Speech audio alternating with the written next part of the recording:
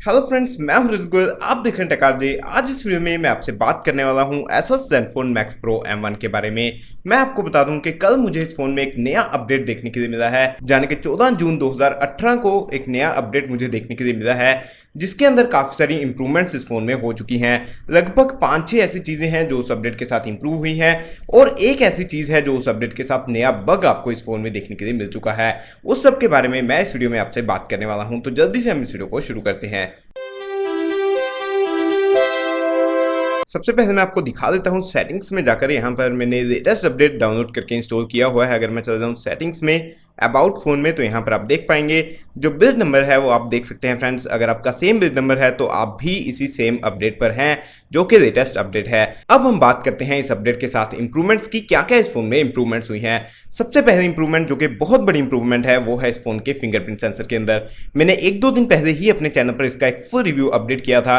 उसमें मैंने आपको बताया था कि इस फोन की फिंगरप्रिंट सेंसर की स्पीड बहुत स्लो है, लेकिन इस अपडेट के बाद फिंगरप्रिंट सेंसर की स्पीड काफी इंप्रूव हो चुकी है। हालांकि मैं ये नहीं बोलूंगा कि इतनी तेज हो गई है कि अब कोई मुकाबला ही नहीं कर सकता इस फोन का।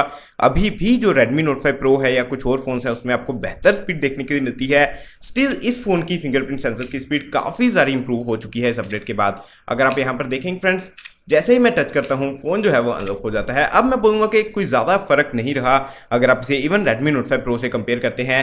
काफी अच्छी फिंगरप्रिंट सेंसर की स्पीड इस फोन में भी हो चुकी है। दूसरी चीज, जो दूसरा बड़ा इंप्रूवमेंट इस फोन में हुआ है, वो है फेस अनलॉक से रिलेटेड फ्रेंड्स। पहले फेस अनलॉक की स्पीड भी बहुत कम थी और बहुत कम केसेस में फेस अनलॉक काम करता था। अब वो दिक्कत भी यहां पर दूर हो चुकी है। मैं आपको दिखाता हूं फ्रेंड्स। जैसे ही मैं पावर बटन को प्रेस करता हूं, फोन जो है वो फेस अनलॉक से बहुत जल्दी अनलॉक हो जाता है। दोबारा से मैं आपको दिखाता हूं फ्रेंड्स।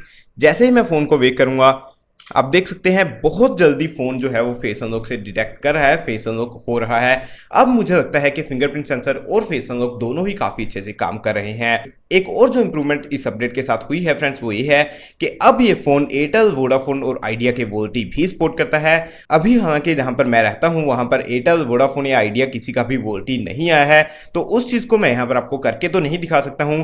स्टिल ये चीज मैं आपको बता सकता हूं कि एयरटेल, वोडाफोन और आइडिया का वोल्टी अगर आप यूज करना चाहते हैं इस फोन में, वो भी आप अब कर पाएंगे। एक और जो बड़ी इंप्रूवमेंट इस अपडेट के साथ हुई है, वो एक ऐसी चीज है जो पहले बहुत इरिटेटिंग थी। पहले आपको, जब आप जियो का सिम यूज करते थे, यहां पर परमानेंट एक नोटिफिकेशन आपको देखने के लिए मिलती थी, जो आपको बताती थी कि सिम 1 या सिम 2 जिसमें भी आप वोल्टी सिम यूज कर रहे हैं, उसमें यहां पर लिखा रहता था कि HD स्पॉटेड ऑन सिम 1 या HD स्पॉटेड ऑन सिम 2, जो कि बहुत इरिटेटिंग था। और वो नोटिफिकेशन यहां से डिलीट या रिमूव भी नहीं होती थी, जो कि और भी ज्यादा इरिटेटिंग था। अब वो नोटिफिकेशन यहां से चली गई है। आप देख सकते हैं फ्रेंड्स, अभी भी मैं यहां पर एक जियो का सिम यूज कर रहा हूं। यहां पर आप देख सकते हैं इवन वोल्टी का साइन यहां पर आप देख सकते हैं, लेकिन अब वो नोटिफिकेशन आपको देखने के लिए नहीं मिलती है। तो ये एक बहुत अच्छी चीज है जो इसमें इंप्रूव कर दी गई है। उसी के साथ अगर आप चल जाते हैं यहां पर सेटिंग्स में, सिस्टम में, अबाउट फोन में, यहां पर अगर आप देखेंगे एंड्रॉइड का सिक्योरिटी पैच लेवल, वो भी यहां पर मई 1 2018 का हो चुका है, जो कि अगेन एक अच्छी चीज है। तो यहां पर अब आपको सिक्योरिटी पैच जो लेवल है वो लेटेस्ट मिल चुका है। लास्ट इंप्रूवमेंट जो इस अपडेट के साथ हुई है, वो है इस फोन के फ्रंट कैमरा में। हालांकि मुझे इतना कुछ फर्क उस चीज में नहीं लगा है, लेकिन बहुत से लोगों का मानना है कि इस अपडेट के बाद फ्रंट कैमरा की परफॉर्मेंस काफी हद तक इंप्रूव हो चुकी है। यहां पर मैं आपको कुछ सैंपल्स दिखा देता हूं, कुछ फोटो में 1-2 क्लिक करके आपको दिखा देता हूं फ्रेंड्स, ताकि आप अंदाजा लगा पाएं। यहां पर आप देख सकते हैं फ्रेंड्स, हालांकि फ्रंट कैमरा की परफॉर्मेंस मुझे काफी अच्छी लग रही है, अब कोई भी दिक्कत नहीं लग रही। लास्ट चीज जो इस अपडेट के बारे में आपको बताने वाला हूं, जो कि एक बग है, वो है रियर कैमरा के पोर्ट्रेट मोड से रिलेटेड।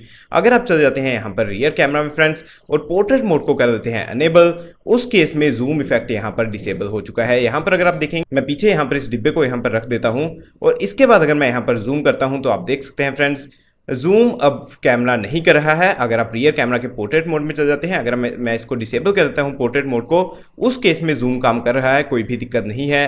लेकिन रियर कैमरा के पोर्ट्रेट मोड के साथ जूम काम नहीं कर रहा है। मैं आपको दिखाता हूं फ्रेंड्स, अगर मैं चला जाता हूं यहां पर फ्रंट कैमरा में, उस केस में पोर्ट्रेट मोड में जूम काम करता है, कोई भी दिक्कत नहीं है। यहां पर आप देख सकते हैं जितना भी जूम मैं करता हूं वो बड़ी ही आसानी से हो जाता है।